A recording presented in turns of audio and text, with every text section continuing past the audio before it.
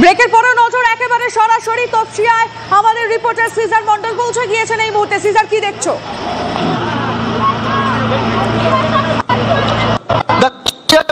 Metropolitan বাইপাসের একদম পশ্চিম দিকে যেটা আম্বেদকর ব্রিজ যেখানে শেষ হচ্ছে সেই জায়গায় খাল ধারে ক্যানেল সাউথ রোড বলা যেতে পারে, ক্যানেল সার্কুলার সাউথ রোড, এবং সেখানে যে খালের ধারে যে পরপর ঝুপড়ি সেই ঝুপড়ি কিন্তু হঠাৎ করেই আজকে আগুন লেগে যায় এবং কার্যত দাবানলের মতো খুব দ্রুত গোটা এলাকায় আগুন ছড়িয়ে পড়ে এবং এই মুহূর্তে দমকলের কর্মীরা কাজ করছেন, সেই আগুন নেভানোর চেষ্টা করছেন, কিন্তু এত দ্রুত এবং যেহেতু হাওয়া ছিল, হাওয়া থাকার ফলে খুব দ্রুত এই দাহ্য পদার্থে তৈরি এই যে ঝুপড়িগুলো। সঙ্গে থাকো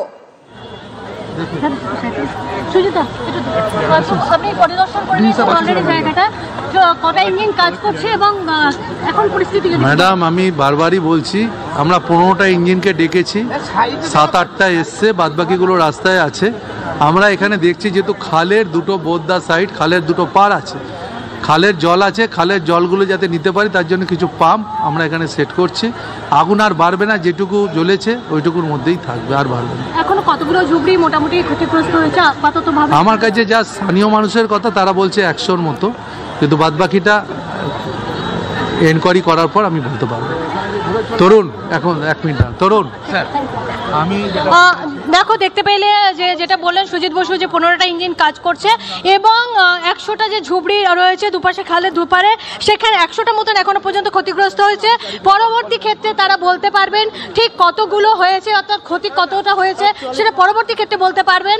আপাতত 100টার মতন ঝুপড়ি হয়েছে বলেই তিনি বলছেন এবং লোকাল যারা স্থানীয় নেতা রয়েছেন বা লোকাল যারা পুলিশকে রয়েছেন সেই পুলিশের সঙ্গে তিনি কথা বলছেন সুজিত বসু, এবং তিনি জানালেন যে 15টা ইঞ্জিন কাজ করছে এবং একেবারে দীক্ষা, তুমি সঙ্গে থাকো। এই মুহূর্তে আরো একটা আপডেট যেটা সুজিত বসু বললেন আমাদের রিপোর্টার দীক্ষা ভুইয়াকে, যেখানে 100খানা ঝুপড়ি এখনো পর্যন্ত ক্ষতিগ্রস্ত, পরবর্তীতে খতিয়ে দেখা হবে। কিন্তু এই মুহূর্তে আমাদের আরো রিপোর্টার সেখানে পৌঁছে গেছেন। সিজার মন্ডল এই মুহূর্তে আমাদের সঙ্গে রয়েছেন। সিজার, দেখো, যেটা আমি বলছিলাম তোমাকে, যে খালের দুপাশে এই ঝুপড়িগুলো এবং এর যে অ্যাক্সেস, যেটা এখানে প্রপার কোনো রাস্তা না থাকায় সরাসরি কিন্তু এখানে যে দমকলের যে গাড়ি সেখানে পৌঁছতে পারছে না, এবং দমকলের গাড়ি কিন্তু তার পাশের রাস্তায় রেখে তার মাঝখানে অনেকটা জায়গা রয়েছে, তার মধ্যে দিয়ে খালের জলটাকে অ্যাক্সেস করে তারা আগুন নেভানোর চেষ্টা করছেন। আমি যেটা তোমাকে বলছিলাম, এই ঝুপড়িগুলো মূলত প্লাস্টিক, দাহ্য পদার্থ এগুলো দিয়ে তৈরি হওয়ার ফলে খুব দ্রুত আগুন ছড়িয়ে পড়েছে এবং সেই আগুন বাগে আনার চেষ্টা করছেন। এবং খালের দুপাশে এখানে খালও এমন সরু অবস্থায় যে একপাশে আগুন লাগলে সেখান থেকে হাওয়াতে আগুনের ফুলকি ছড়িয়ে পড়ছে অন্যদিকে, এবং তার ফলে খুব দ্রুত আগুন ছড়িয়ে পড়েছে।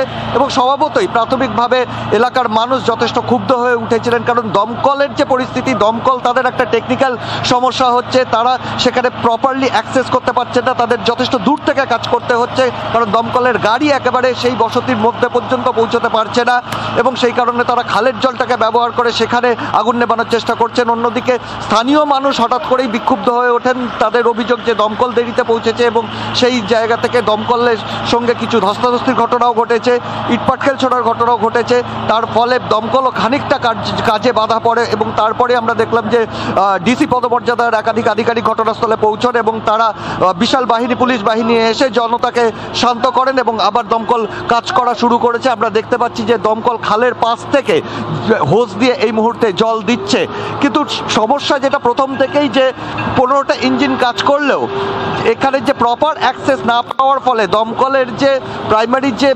ইকুইপমেন্ট যেগুলো তারা হোস ছাড়াও তারা যে ওয়াটার জেটগুলো ব্যবহার করেন, সেই ওয়াটার জেট ব্যবহার করার ক্ষেত্রে বেশ কিছু প্রতিকূলতা রয়েছে। দমকলের শীর্ষ আধিকারিকরাও তারাও কিন্তু এসে পৌঁছেছেন এবং তারা সর্বতভাবে চেষ্টা করছেন, এবং তার মাধ্যমে যেটা বললাম যে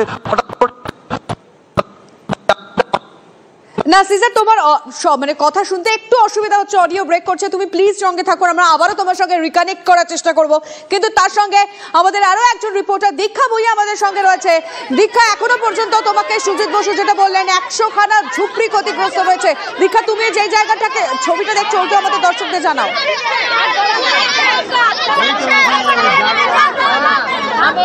দেখো, এখানে যারা ঝুপড়ির বাসিন্দা তারা এখানে এসছেন, এখানে জাভেদ খান পর্যন্ত চলে এসছেন, সুজিত বসুর পাশাপাশি জাভেদ খান রয়েছেন, সেই ছবি দেখাতে বলবো। জাভেদ খান যে রয়েছেন এবং জাভেদ খান এবং সুজিত বসু দুজনে মিলে ঘটনাস্থলের দিকে যাচ্ছেন, আমরা তাদের সাথেই যাওয়ার চেষ্টা করবো। তবে যারা ঝুপড়িবাসী তারা এখানে এসছেন এবং তারা এখানে এসে বিক্ষোভ দেখানোর মতন একটা পরিস্থিতি তৈরি হয়েছে এবং তারা রীতিমতন চিৎকার চেঁচামেচি করছেন। এবং আমরা দেখতে পাচ্ছি যে জাভেদ খান এবং সুজিত বসু দুজনে একসাথে যে হেঁটে যাচ্ছেন, আমরা সেই ছবি দেখাচ্ছি আমাদের ক্যামেরায়। তারা একসাথে যাচ্ছেন এবং তারা ঘটনাস্থলের দিকে যাচ্ছেন, আমরা সেই ছবি দেখতে পাচ্ছি আমাদের টিভি9 পর্দায়। বিক্ষোভের কারণটা কি দীক্ষা? বিক্ষোভের কারণটা কি?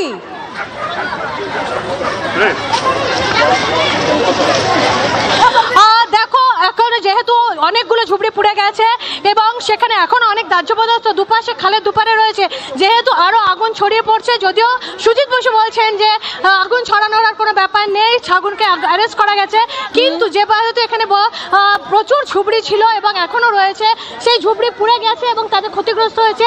এবং যেটা আমরা সূত্র মারফত খবর পাচ্ছি, যেহেতু এখানে ঝুপড়ি, সেখানে বস্তি লোকজন থাকতেন, ফলে সেখানে তীব্রতা কমলেও কিন্তু ওখানে কিন্তু অনেক সিলিন্ডার রয়েছে, গ্যাস সিলিন্ডার রয়েছে, ফলে সেই গ্যাস সিলিন্ডার যে কোনো মোমেন্টে আরো ব্লাস্ট করে ছড়িয়ে যেতে পারে।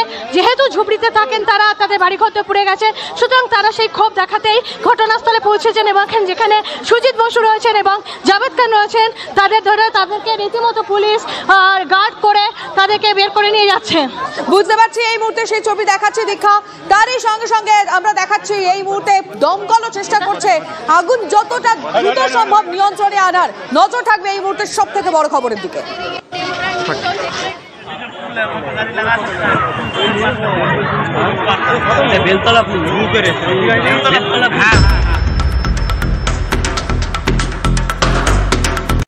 বাবা, বিদ্যুৎ কবে